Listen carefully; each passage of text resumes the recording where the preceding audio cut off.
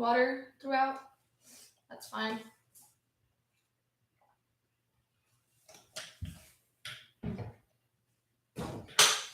So let us begin. Let me crop up the 6-minute mark.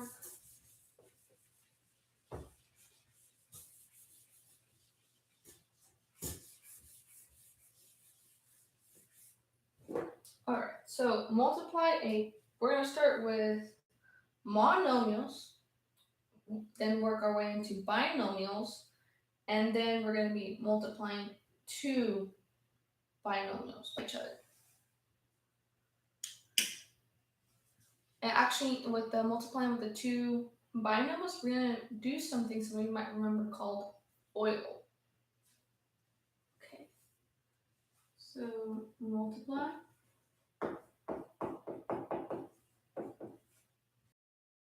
a monomial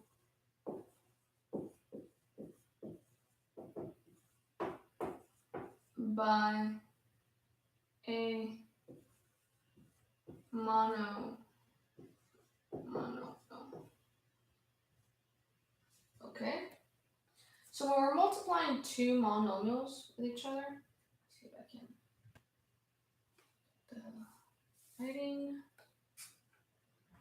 that way. Okay.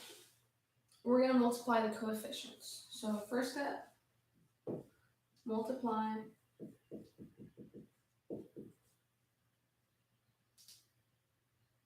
coefficients. And that's the number in front of the variable. Multiply coefficients. Next, or if there's no coefficient, we go on to step 2. Multiply each variable separately. So like let's say I have x multiplied by y. It's going to become xy. But if I have x multiplied by xy,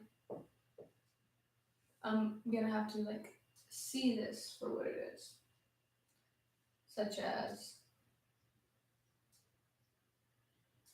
actually, let's do a problem that integrates all these steps instead of each chunk. So let me just show you the recipe. Next, we're going to multiply each variable.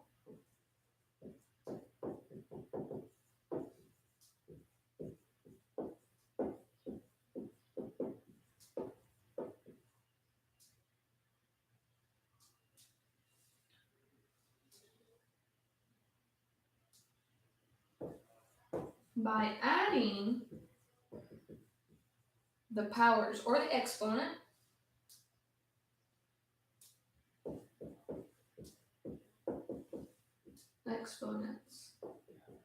of like variables. And remember, every variable has an exponent. If I have y, I have an exponent of 1. And you will never see a variable like this because this practically just means nothing.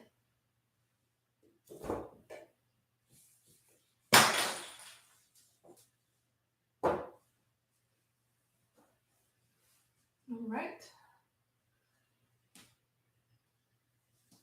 So let us multiply.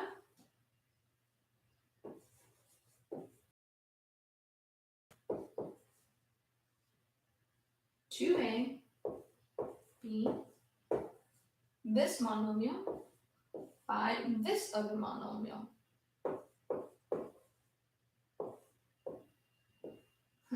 To be or not to be. So this is an A, this is a B. Okay, so let's multiply the coefficients. So we have 2 times 4.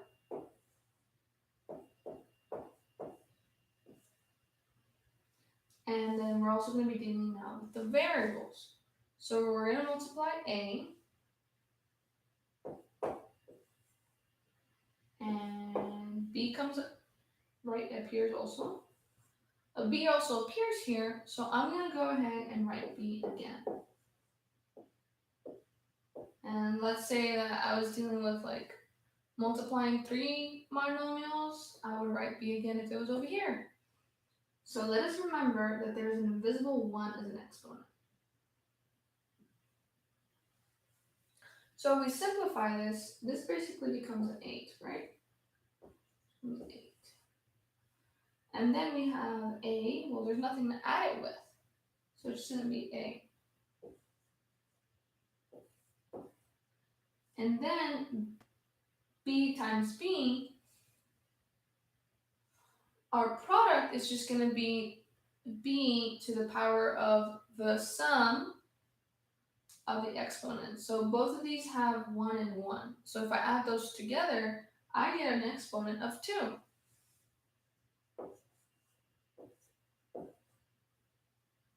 So if I go ahead and combine those guys. So my final answer is 8ab squared. So let's say there's a formula where it's like this, and I have to like use that formula for like calculating interest or something else, or how many layers of paint I'm going to use on a wall. This is much easier to deal with. It's just easier to plug in, and just variables just appear one time. Instead of 2 times over here, I just have to square it. Great. Next, we're going to multiply a monomial by a binomial.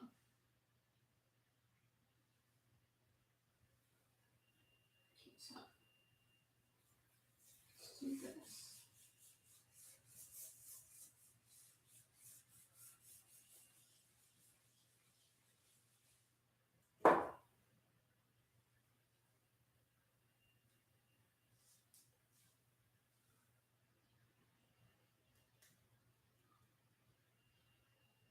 We're going to do monomial by a binomial.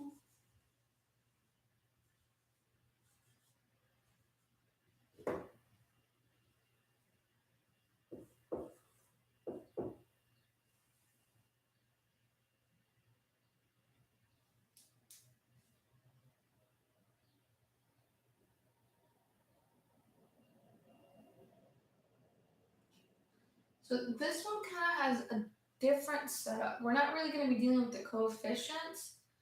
We're going to be now dealing with the terms entirely.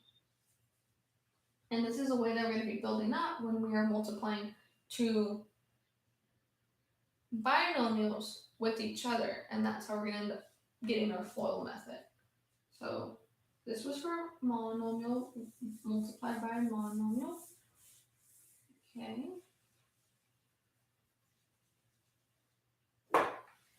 Now that we're dealing with the binomial, we're going to multiply the monomial by the first term and the binomial.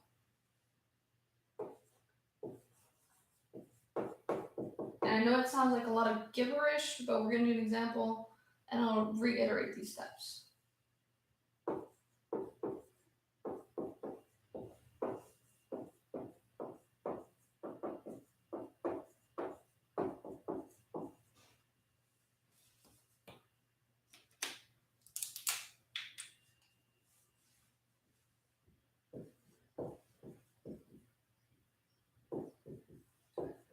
First step, multiply the monomial by the first term in the binomial.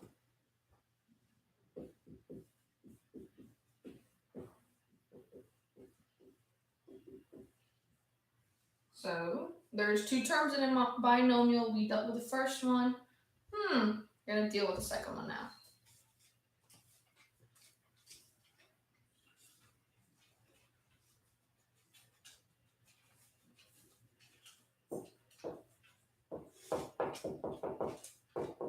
Multiply the monomial by the second term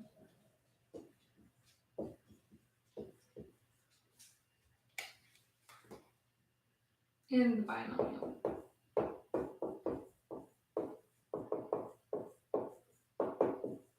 Alright.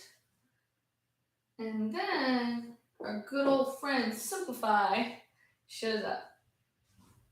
Now we're just going to add the resulting terms.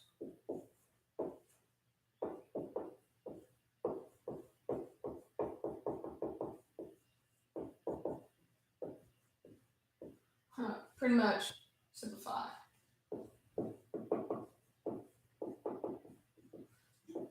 I think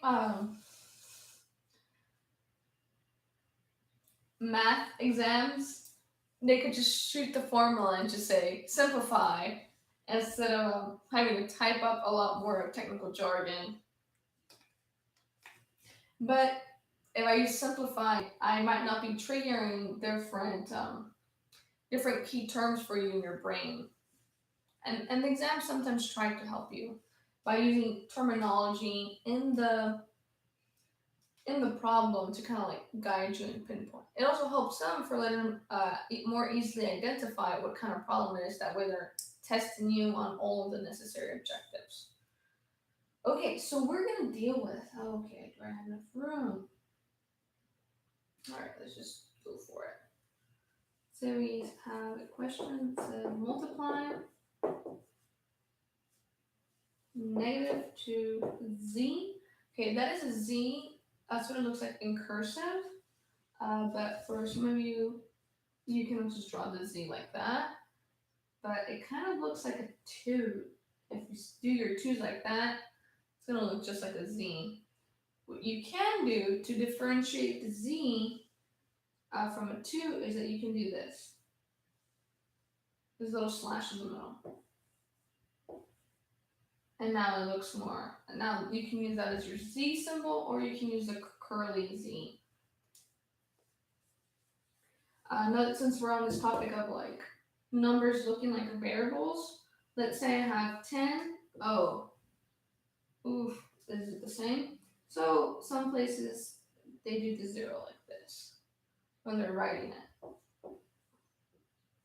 Or if you have like an old IBM typewriter or older computers, sometimes like when you're going through your command prompt, shout out to our future IT student, you're gonna see the zeros like this. So like distinguish your numbers from your variables very carefully. In some cases, you can even draw little stars or little cat heads if you want. Back on topic, we're going to multiply this monomial with this binomial, which is going to be z plus 3yz.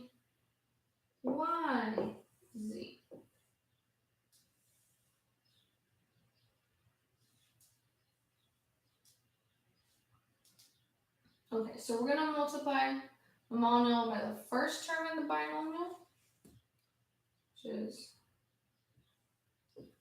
first term. Then our second step is that we're going to multiply it by the second one. So first step and second step.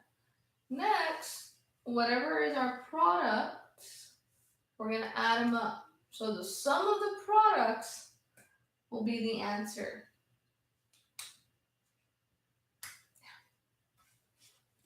Okay, so let's make this easier.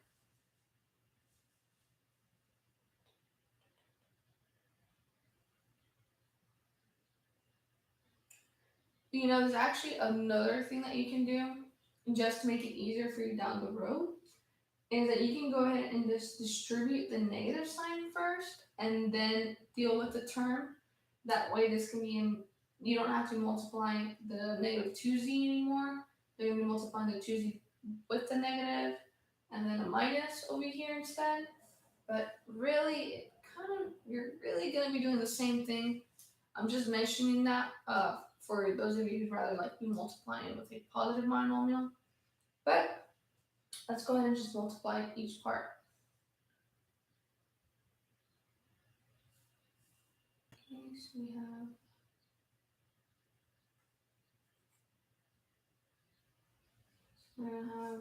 I'm going to draw brackets just to make everything easier.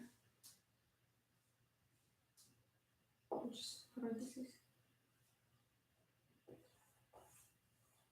So we're going to have negative 2z multiplied by z.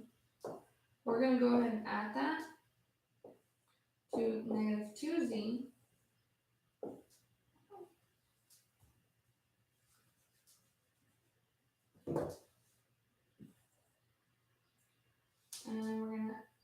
multiply that by 3yz.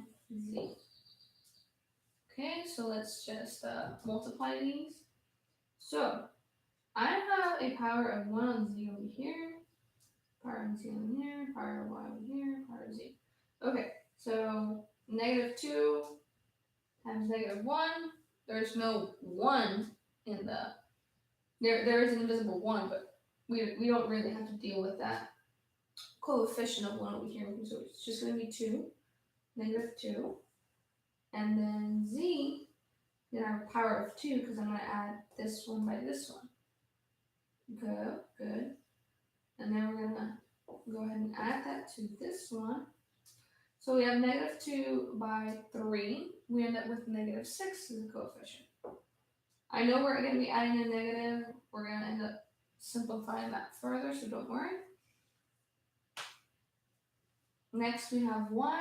There's nothing for the y to be multiplied by, so we're just going to put it right here.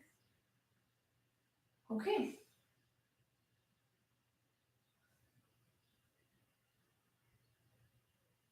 Oh. Okay. And then we have z times z. That's really just going to be, we're going to be just multiplying, adding the coefficient of the exponents again. So we're going to add 1 and 1. We're going to end up with z of 2. So this is our, not yet our final answer. We can further simplify this by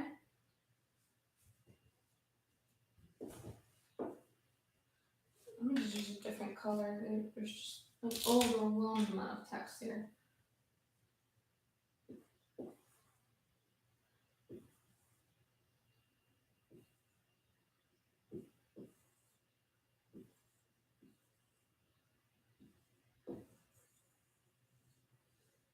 Okay.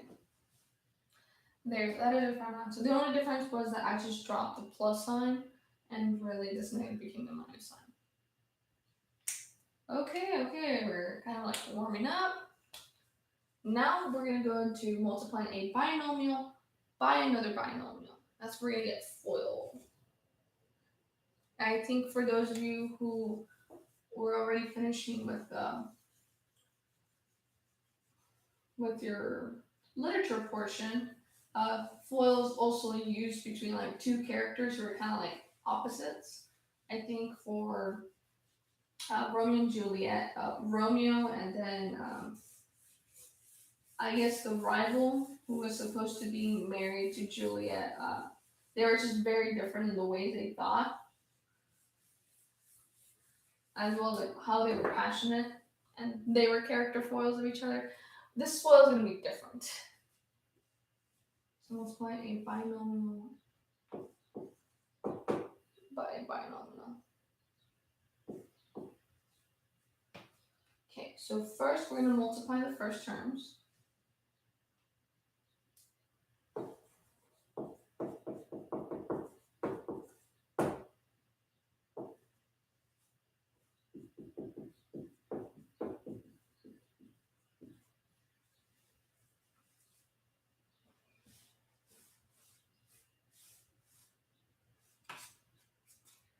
The first terms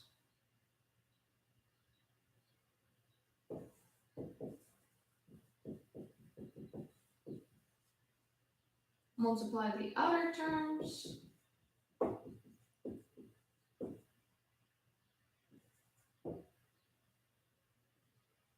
And then the inner terms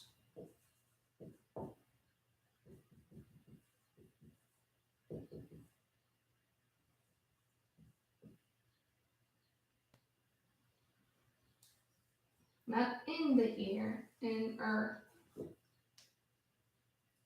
inner terms. 4 multiply last terms. So how do you get the word foil out of this?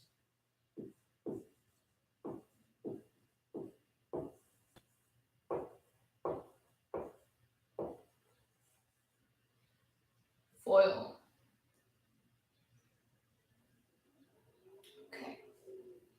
Now, you do not have to use FOIL for binomial by binomial. When I first learned how to multiply binomials with each other, I had just learned just a one-size-fits-all method for like multiplying any size of terms together by other terms. And I remember when I did the FOIL method, I actually was very confused. So the FOIL method doesn't work out, don't worry. You can actually just treat it like the way that you were treating the monomial by binomial. Just keep track of which one has already been multiplied, and that can just be easier. FOIL is just a strategy that you can use, but you're going to end up with the same answer either way, so don't worry about that. So, I might need one. Okay, so that's okay. We'll multiply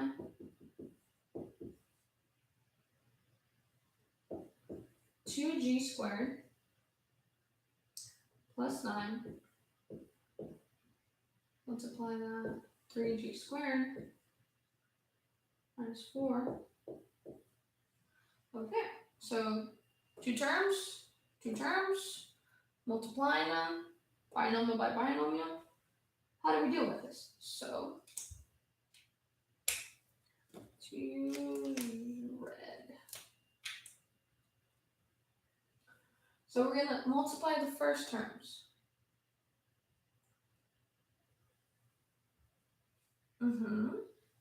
And then we're going to multiply again the 2g, because this is our first one over here. And then we're going to multiply that by negative 4. The negative 4. Great. So this was our first step. This was our second step. Okay, now we're going to be dealing with so this is called the first term. Then I'm dealing with the outer terms. Oh, look, they both happen to be on the outside.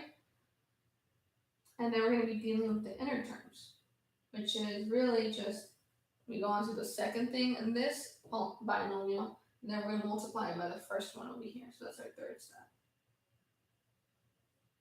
Then what's called the last term. So these two also happen to be called the last terms.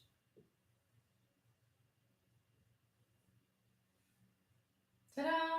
So even if I didn't care what FOIL was, it was just this one is going to be multiplied by every single thing over here. Even if this was a trinomial and then a different kind of polynomial with 7 different terms, it didn't matter. I deal with this one first, all the others over here. I finish up with this one, I move on to the next one. So it's very systematic. So FOIL really only works when it's 2 by 2. But the method I just described where you just go this by this, it works forever. FOIL is basically just a subcategory of that.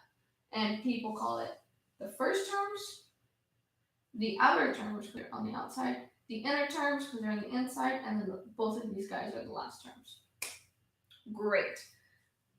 This is a lot of math to be doing mentally in your head at once. So let's go ahead and write it out. And you need to drink some water.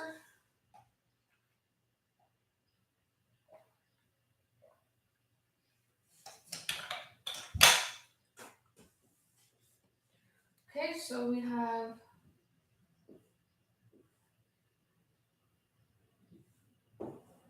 2g squared multiplied by 3g squared. Oh my. Do we really write that much during class? Okay. Now we're going to go on to the outer terms. We're going to add that to 2g squared. Multiply that by negative 4. Then we're going to add that to now we're going to be dealing with this other term. We're going to multiply 9. We're going to multiply that by this other term, which really is going to be called the inner terms. Multiply that by 3g squared. Now we're going to add the product of the the last terms, which is going to be 9 times -4. 9 times -4. Double check my notes. Yes. Okay. Awesome. All right, this is much more easy. Let's just simplify the inside of each parentheses, and then we can further simplify. Yeah. Always, like, the last step is always just going to be simplify, simplify. Like, well, miss, you didn't add that like a step 5 or step 6. It's implied math. You always simplify. So, what did we learn from multiplying two monomials by each other? Yeah, I know, like, we're dealing with binomial by binomial, but then, like, in here, we're doing monomial by monomial. It's math. We're going to deal with the coefficients first. 2 times 3, 6. Okay, G, we're just going to add the exponents. So we have an exponent of 2 here, exponent of 2 over here. 2 plus 2, 4. Great, that is the exponent of G over here. Now we're going to add this to, I love this. Whenever you have to multiply a monomial by a constant, you only have to deal with the coefficients. So really this is going to be a negative. So 2 times -4, -8. Very important you remember to put the negative. Otherwise, your whole answer becomes wrong. And I just like copy over the G squared, the variable, just how it was. Next I add, okay. So same thing over here, it's just a constant times a monomial. So 9 times 3 is 27. Great, and then I just copy over the variable, just how it was, G squared. And then over here, I'm just gonna add the product of these two constants. Well, 9 times -4 is -36. Great. Let me simplify this. First, let me just get the plus and the minus signs out of the way. So I have 6g to the power of 4 minus 8g squared plus 27g squared minus 36. Okay. So, are there any like terms? Yes, they are like terms. Right here,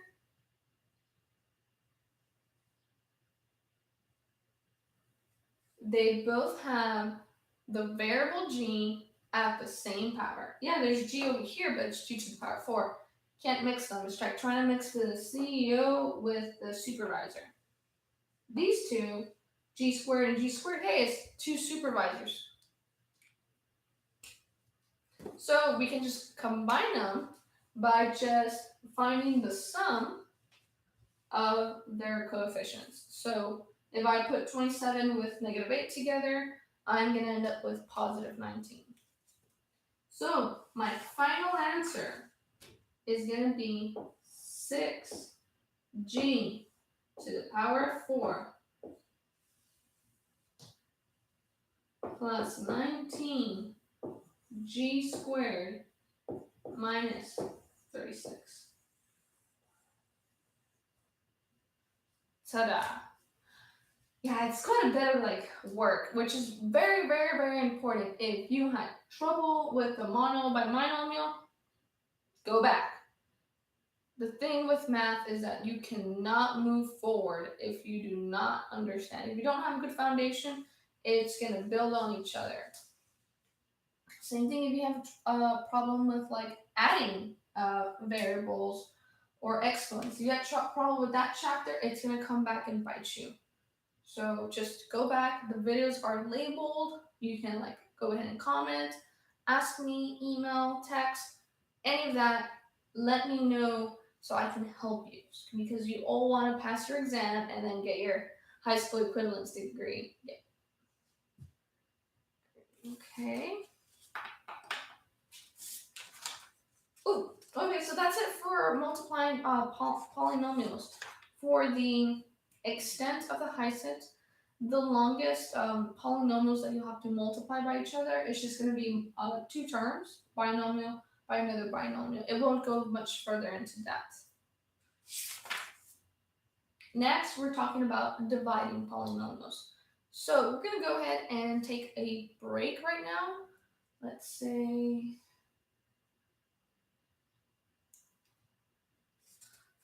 a 5 to 10 minute break, and I'll go ahead and put a timestamp when we begin lecture again. Okay, so now we're going to subtract this.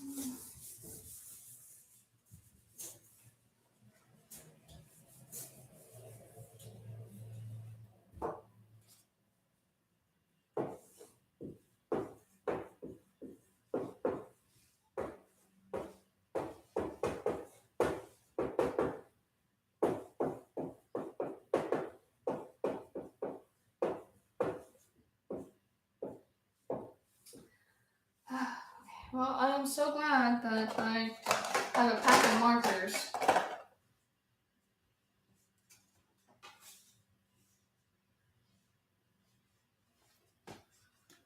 All right.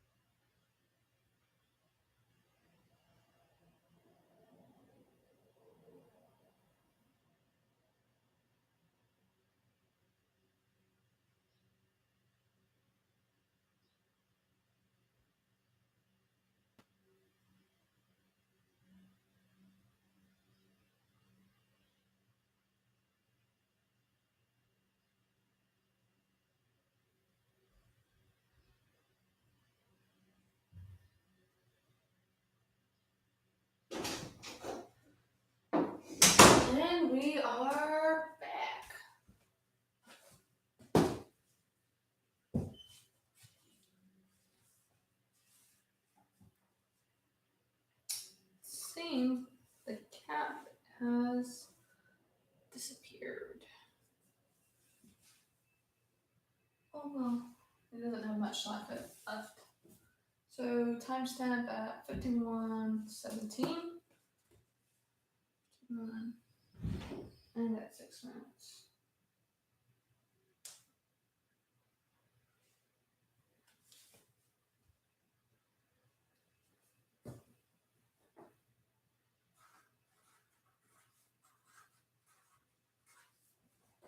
Okay.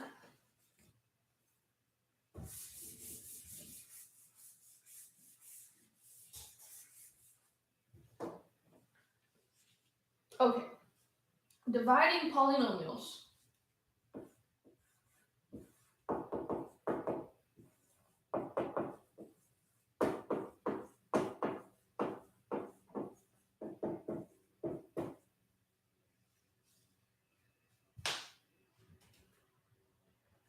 Oops. At the computer.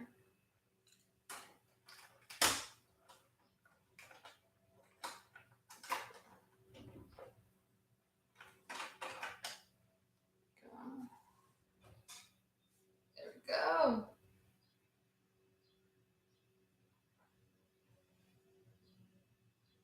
Okay. So for the exam, you'll sometimes be asked to simplify a polynomial when it's written as a fraction. So dividing polynomials, and we're going to start off by a number. Well, what else could we divide a polynomial by? We can actually divide polynomials by an expression, which if you are very shaky on the expression section, do go back and look at the intro to algebra. Also, something that we're also going to cover later on today are undefined expressions. We'll get into that. Okay, so starting off, so we're going to divide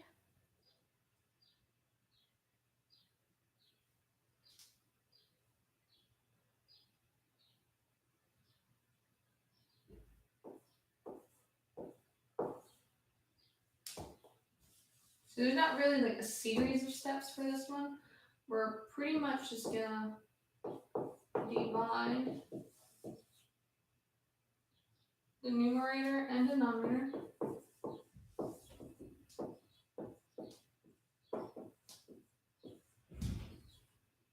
And denominator by a common term.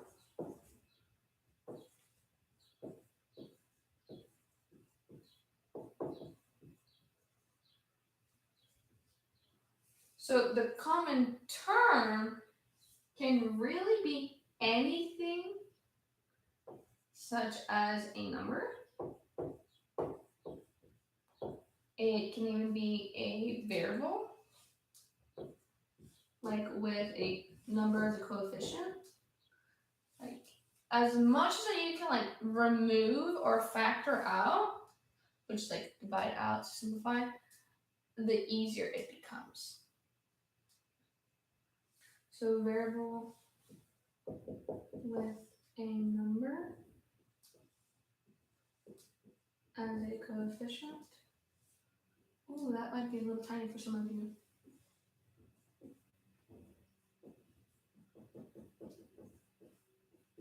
And the coefficient. And third, a more complicated expression. It's basically a catch-all term or catch-all definition.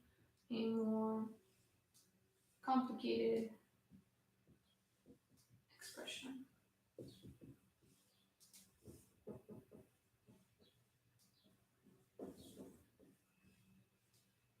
Okay. Also, do note you may need to factor the common term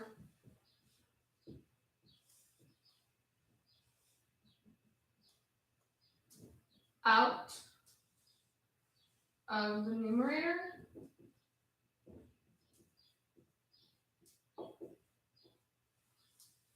or denominator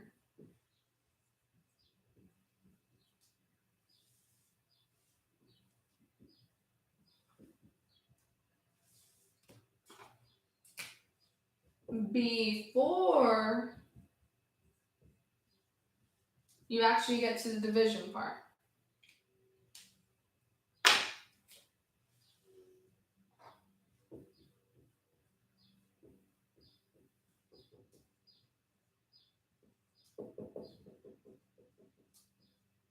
Ta-da! All right, miss, like, ooh, that's a bunch of jargon. Let's move on to doing a math problem. So we get told to simplify 3x plus 6 divided by 3. Okay. What can we do? We can't factor anything out of like 3 because there's only like just one constant by itself. However, 3x plus 6, this expression, the numerator itself, truly is really just 3 multiplied by x. And what do you have to multiply 3 by in order to get 6? I might not be intuitive, so I'll just divide 6 by 3 and I'll get 2. So, bam. Remember when we were doing distribution? We basically just did it backwards. So factoring is the opposite of distribution. Great. Hey, something super cool just happened. So I have a 3 and a 3 right here, and you know whenever you divide something by another thing on from the bottom and the top, you can just cancel out. Boom, because it's just the same thing as 1. So really, we just end up with x plus 2. Super cool. I love it when that happens. Okay. So now let's go a little more complicated. We dealt with a number, very easy, very straightforward. Let's build on that by dividing polynomials by an expression. So this is an expression, so instead of having a number on the bottom, now we're going to have an expression. We're making things a little more complicated. We're adding in variables. Okay, so I'm going to go ahead and erase. If you want to take a picture or screenshot, do so now, or forever hold your peace.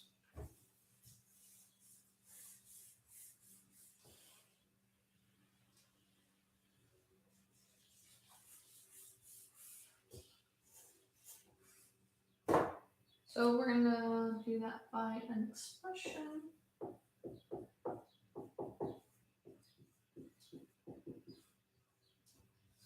Okay.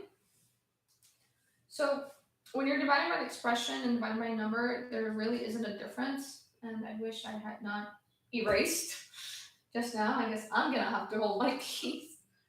So just to like simplify it, it's you need a common term, but you need it from both the numerator and the denominator.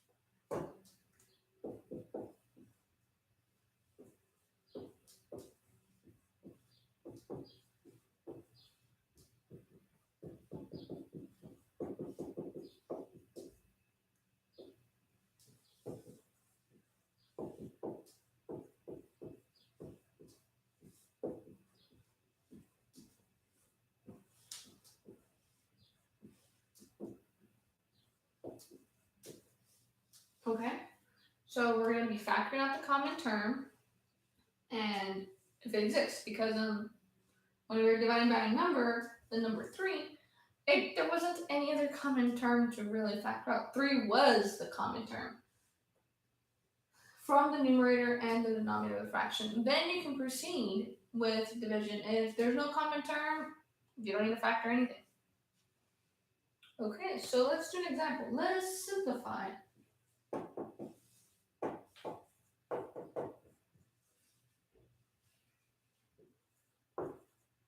$25x squared minus 45x squared, right?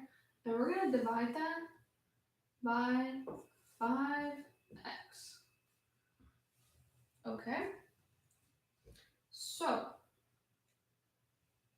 we need to factor out. So, seeing here, we can see that we can actually factor out 5x. What do you mean, miss? Well, 25 and 45, those are multiples of 5. So I can divide those easily by 5. And then I see I have an x squared and x squared there. I can remove an x from those. These two terms on the numerator can have an x removed. So let's factor out. Let's do our opposite of distribution. So we have 5x is our denominator. We're going to kind of pull out the 5x. We're going to divide. We're dividing just the numerator by 5x. And like, what minutes you're doing 5x over here? I'm removing the common term. The denominator just happens to be the common term right from the get-go. So I divide it out from the common term, and then I'm just going to have whatever's remaining of those two terms. But truly, these two numerators, when I'm done with them, are going to be equal. I'm just going to have it just unsimplified it. That way I can then simplify it in a different way. It's sometimes when you're organizing, sometimes you kind of have to like undo things and then you make it easier. Same thing with math. Math likes to get tangled up and then you unravel it and then you organize it. So 25 divided by 5 is 5. And when I'm dividing variables, I'm truly just subtracting exponents. So exponent of 2 minus exponent of 1, the invisible one, is just 5x on its own, power of 1. And then here it's going to be a minus sign because we're going to preserve this. So 45 divided by 5 coefficients is just going to be 9. And then here I have x squared. I'm going to subtract that from x1 and I just get x to the power of 1. Right? So let's just simplify this further. Let me now rewrite this without my little powers of 1. Just make everything neater. Okay. Now I can simplify. I can divide. I can just, boop, I'm done. I just get 5x minus 9x. I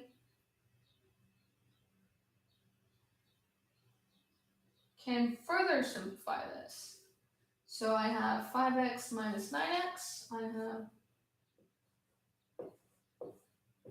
minus 4x. Wow. Pretty cool. You always got to make sure that there's nothing else that you can further do. All right, next, we're going to be talking about undefined expressions. And this will be the last thing for today. Oh, goodness. This is really exciting. So remember when I talked about you can't really divide by 0 because you get something undefined? If you actually have a calculator or a phone right now, go ahead and just type any number. You can type the number 49 divided by 0 or 23 divided by 0. And you're going to get either error, invalid, or undefined. The correct term is undefined, according to mathematical terminology. The indefined and error, those are just computer terms, for the programming. And it's just really exciting. Okay, so we're done with this. Let me go ahead and erase.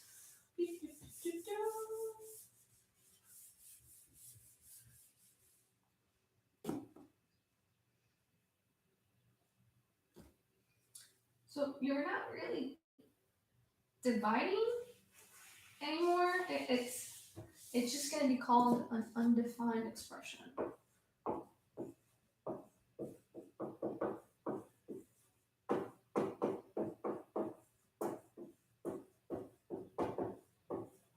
Okay, so when the denominator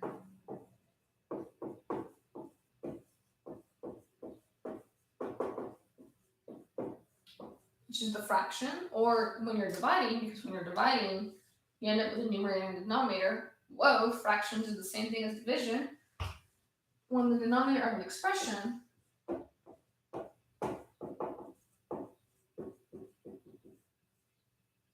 is 0,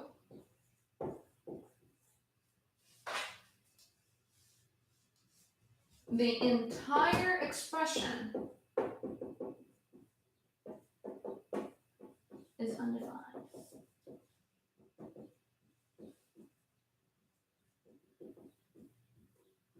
Honestly, this is really exciting. Whenever I have a denominator of 0, I don't have to deal with anything else in the numerator. It's just like 0, like everything just is 0. Okay, so let's see this. Teacher's getting really hyped up. We don't seem to understand what's going on. So let's have x squared plus 2xy plus y squared all over y minus x when x is equal to 1. So here they just want us to plug in x is equal to y into this expression. So because x is equal to y, I know, so like really, I just do this. Oh, I can just plug this in. You're like, Miss, why'd you do that? Why is there an x equal to y? Sometimes two different like variables might equal the same thing. Like we don't have actual numerical values to plug in for the variables, but y minus y is the same thing as 3 minus 3, 5 minus 5. It's all going to equal 0. So like I need to stop with the numerator. I know this is undefined, but you know what? Just want to simplify it, just for the sake of practice. Okay, so y times y. Hey, look, y of 1 equals 2y squared plus y squared. Oh goodness. Oh goodness. So it's actually 1, 2, 3 because 1 plus 2 plus 1. I'm talking about the coefficients, invisible coefficients right here. It's actually just going to give you 4y squared. And then y minus y is 0. And then this is